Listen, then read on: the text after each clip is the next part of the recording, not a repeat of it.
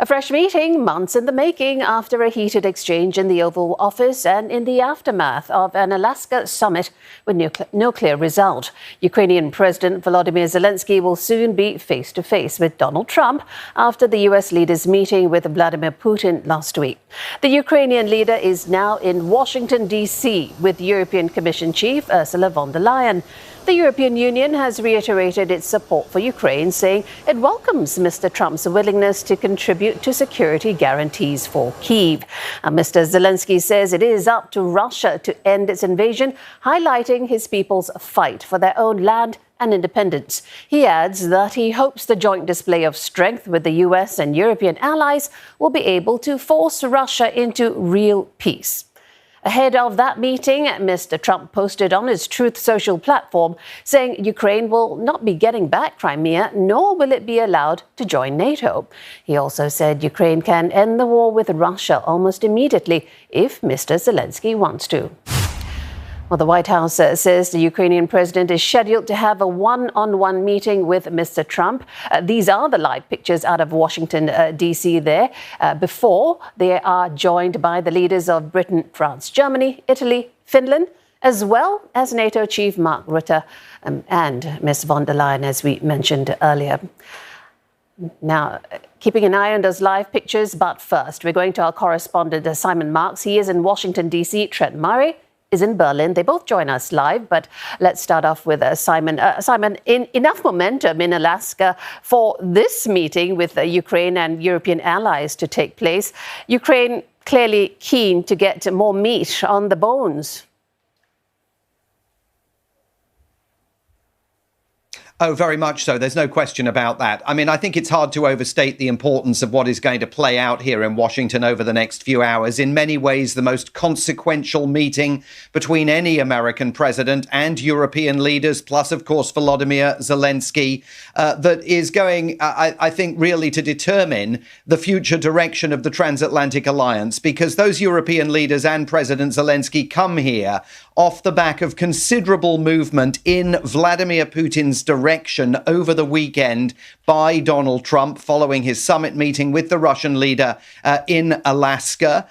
Indications that some White House officials, particularly the president's special envoy Steve Witkoff, believe that there was a breakthrough during the course of those Alaska talks. I mean, certainly President Trump didn't indicate that when he briefed the press after the talks were over on Friday. Very brief remarks from him, and he appeared to intimate that the summit had largely failed, even though he described it as productive. But Steve Witkoff indicating that the Russians may be willing to embrace some kind of security guarantees for Ukraine once a peace agreement is signed. The Europeans and President Zelenskyy are going to want to drill down into that and find out precisely what he meant when he spoke of effectively offering Ukraine Article 5-like language, because that's a very imprecise phrase, according to the Europeans, and they want to understand what it means. And obviously, all eyes are going to be on that first bilateral meeting between President Trump and Vladimir Putin. The Europeans have come here largely to try and protect him, provide him with support, so he doesn't have to endure another drubbing at the hands of President Trump. They will be watching nervously. All right, Trent, bring you in here. You heard Simon there saying that the European leaders in force as bodyguarding, body blocking, if you like.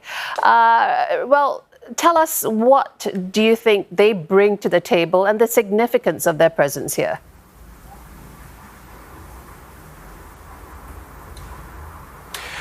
Well, this has all been very hastily arranged by them. They were not expected to make this journey, but throughout Sunday we saw all of these statements being released in rapid succession saying that they were indeed making the journey across. And it is very much being interpreted here, as you say, as an attempt by them to show strength and unity with President Zelenskyy, to prevent him potentially being strong-armed into some sort of bad deal for Ukraine following President Trump's talks in Anchorage, Alaska. Alaska. Now, we know that for the Europeans, there are a number of key issues on the agenda as part of that deal. Of course, security guarantees is one of them. They want to understand what that security guarantee would look like if Ukraine signs up to it and is attacked again by Russia. We also know they've been watching very cautiously some of this language around so-called land swaps or ceding territory. Now, there doesn't seem to be a joint position on this yet, but certainly some European countries,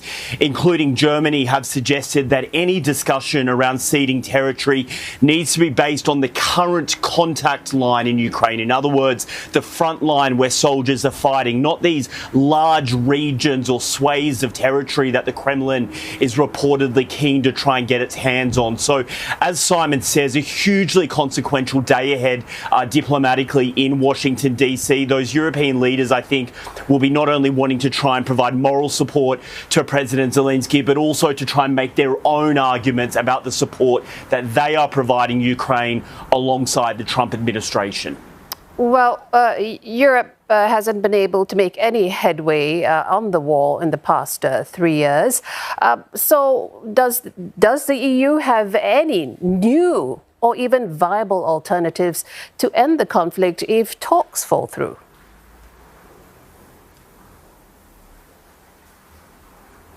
Well, look, in the short term, no, they don't appear to be. I mean, certainly they have strong language, but when it comes to actually providing support to Ukraine, they are still only at around 50%, with the Americans providing the other 50% of the sort of military and financial support. I think for them, the big risk here is that if today's talks sort of end in failure, if you will, that President Trump might just say, well, I'm out, I'm walking away, it's your war, Europe, you can deal with it. Now, if that was to happen, that is going to make a huge challenge for European leaders to try and grapple with, because estimates suggest they just simply do not have the kind of military firepower and the industrial base to be able to match the Americans and to keep Ukraine in the fight against Russia. I think one of the issues that they will be looking at is whether they can take part in that security guarantee alongside the United States.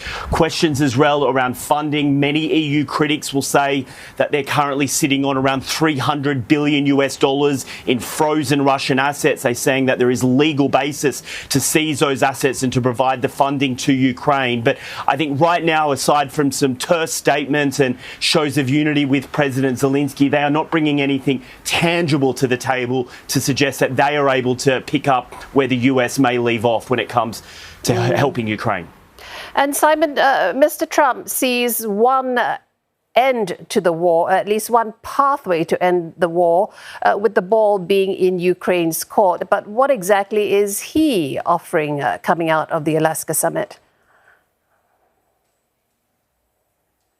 Well, that's very unclear. And one of the issues that European leaders have here today is that there's a huge gulf of trust now between them and the Trump administration, because last Wednesday, they thought they had secured Donald Trump's agreement to hold Vladimir Putin's feet to the fire in Alaska and to force him to prioritize Ukraine's concerns about any peacekeeping negotiation. And now they believe that he essentially welched on that agreement, that he adhered himself in large measure to Vladimir Putin's position. So to see Donald Trump taking to social media last night and talking about Ukraine having to accept that it's never going to become a member of NATO, it's never going to get Crimea back, raises fresh questions about precisely where Donald Trump currently stands. Is he willing at all to support Volodymyr Zelenskyy, who argues that you can't even begin negotiations without a ceasefire while his country is continuing to fight a war with Russia